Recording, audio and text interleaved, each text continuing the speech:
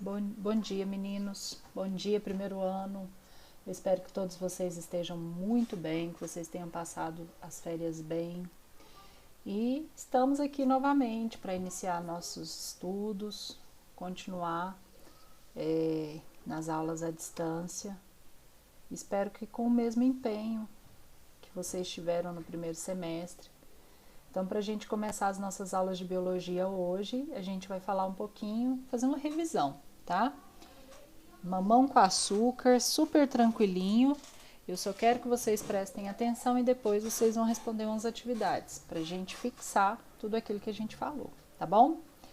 Então vamos lá. Nós estamos falando sobre a célula e a primeira coisa que a gente vai revisar é a característica básica que diferencia os tipos de células, que é a presença de núcleo definido. Os procariontes são aqueles que não têm um núcleo definido e apresentam pequenas moléculas de DNA circular, são chamados de plasmídios. Não têm organelas membranosas, então são células muito simples. Ribossomos menores e menos complexos que os eucariontes, não têm citoesqueleto, que é toda uma rede que mantém a célula estável. E o principal exemplo é a célula bacteriana. Então, tem aqui um exemplo de uma célula bacteriana. Não tem núcleo, o núcleo não está individualizado, material genético solto, e aqui os plasmídios. Eucariontes. Aí nós temos organismos que têm um núcleo verdadeiro, com material genético envolvido por membrana nuclear. Então aqui, ó, a gente tem um exemplo de uma célula eucarionte, e aqui o núcleo, que tem uma membrana que se chama carioteca, e dentro do núcleo nós temos o DNA. Presença de organelas membranosas, a gente vai falar um pouquinho sobre essas organelas. Presença de ribossomos maiores e mais complexos que os dos procariontes. Citoesqueleto, que é toda uma estrutura que mantém a célula estável. E os principais exemplos, célula animal e célula vegetal, ok? Nossa célula base, ela é formada por três estruturas. Membrana plasmática, que delimita o que está dentro da célula para o que está fora. Citoplasma, que é uma substância gelatinosa que contém as organelas. E o núcleo. No caso aqui do eucarionte, o núcleo individualizado, o núcleo separado do citoplasma, tá? Membrana plasmática é a nossa primeira estrutura celular. A membrana ela tem algumas características. Ela é lipoproteica, ela é formada por lipídio e por proteínas. Lipídios são as gorduras. Ela é permeável, ela permite a passagem de certas substâncias e ela tem a permeabilidade seletiva. Algumas coisas ela permite a passagem, outras não. Através da membrana existem diversos tipos de mecanismos de transporte de substâncias. Um deles é o transporte passivo, que permite a entrada ou saída de substâncias de acordo com o gradiente de concentração. No caso do transporte passivo, não ocorre consumo de energia. Vamos analisar aqui a estrutura da membrana celular. Então, nós temos a bicamada lipídica, então tem lipídio aqui, tem lipídio aqui. Tem proteínas que atravessam essa membrana, colesterol, que é um tipo de lipídio, carboidratos, glicoproteínas, proteínas transmembranas ou integrais que atravessam a membrana, proteína periférica, que só fica em um lado da membrana, e essa é a estrutura que permite a passagem de substâncias, que regula a entrada e saída de substâncias pela célula, tá? Depois da membrana plasmática, nós temos o citoplasma. O que é o citoplasma? Ele é um fluido homogêneo e viscoso, ele não é totalmente líquido, ele é rico em água, proteínas, sais minerais e açúcares. Ele é dividido em duas partes, a parte figurada, que são as organelas, e o citossol e o citoesqueleto, que mantém essa parte figurada estável, tá? Nas células eucarióticas é formada por um citoesqueleto, conjunto de fibras de proteínas que dão suporte e mantém a forma da célula, além de colaborarem para o seu movimento e transporte de substâncias. Então, o citoesqueleto, ele tem essa função de manter a forma da célula e dar o suporte para essas células, tá? Entre as fibras proteicas componentes desse citoesqueleto podem ser citados os microfilamentos de actina, microtúbulos e filamentos intermediários. Todos eles estão aqui representados, eles dão estrutura à célula, eles mantêm a forma da célula, ok?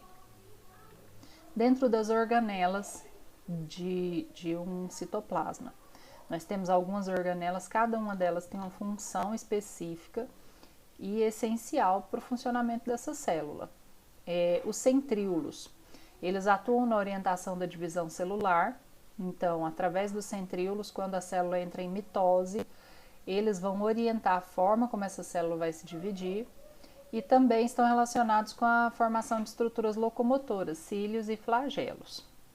Os ribossomos são grânulos formados a partir do nucleolo e eles são constituídos de RNA e proteínas. A principal função deles é a síntese de proteínas. O retículo endoplasmático rugoso, ele possui na sua face ribossomos aderidos e as funções dele: transporte de substâncias, síntese de proteínas e formação da carioteca. A carioteca é a membrana que envolve o núcleo, ok? Retículo endoplasmático liso, ele produz diversos tipos de lipídios e participa dos processos de desintoxicação do organismo. Os peroxissomos, eles são organelas cheias de enzima, é como se fossem bolsinhas cheias de enzima, e a principal função de algumas dessas enzimas, como por exemplo a catalase, é decompor o peróxido de hidrogênio, conhecido como água oxigenada. Então ela está relacionada com alguns processos que ocorrem dentro da célula. Os vacúolos são as que células de animais quanto de vegetais. As funções: promover o armazenamento de substâncias e participar da regulação osmótica. A osmose é um processo de transporte de substâncias pela célula. Os plastos, só existem células que fazem fotossíntese. São componentes característicos de células de plantas e algas. Apresentam seu próprio DNA separado do DNA da célula. Eles apresentam seu próprio DNA, RNA e ribossomos, possuem origem endossimbiótica. É a sede da fotossíntese, onde ocorre a fotossíntese. Então, nós, seres humanos, não temos plastos no nosso corpo. Lisossomos realizam a digestão celular, digerem partes da própria célula. Quando essa célula está velha demais, não está funcionando, ela pode ser digerida pela própria célula ou outros materiais que foram englobados pela célula. Complexo de Golgi ou complexo golgiense, ele é formado a partir do retículo endoplasmático e atua como um centro de armazenamento, transformação, empacotamento e remessa de substâncias na célula. Complexo de Golgi é o correio, a sede dos correios da nossa célula. Então ele vai armazenar, transformar, empacotar algumas substâncias que a célula precisa. Então as funções dele são diversas: secreção celular, formação de acrosoma dos espermatozoides, que é uma região do espermatozoide que vai facilitar a entrada no óvulo, formação da lamela média em células vegetais, formação dos lisossomos. E, finalmente, as mitocôndrias. As mitocôndrias também possuem seu próprio DNA, assim como os cloroplastos, e ela é formada em uma estrutura membranosa. Ela possui duas membranas. A interna forma as cristas e em seu interior temos a matriz mitocondrial. A principal função das mitocôndrias é a respiração celular, que é o fornecimento de energia para as células, ok? Então nós vimos membrana celular, citoplasma e o núcleo, que é a terceira parte da nossa célula, tá? Através do núcleo ocorre uma série de processos no interior da célula e um dos mais importantes é a produção de proteínas, ok? Então por hoje é só, essa é a nossa revisão. Façam as atividades e qualquer dúvida eu estou à disposição, ok?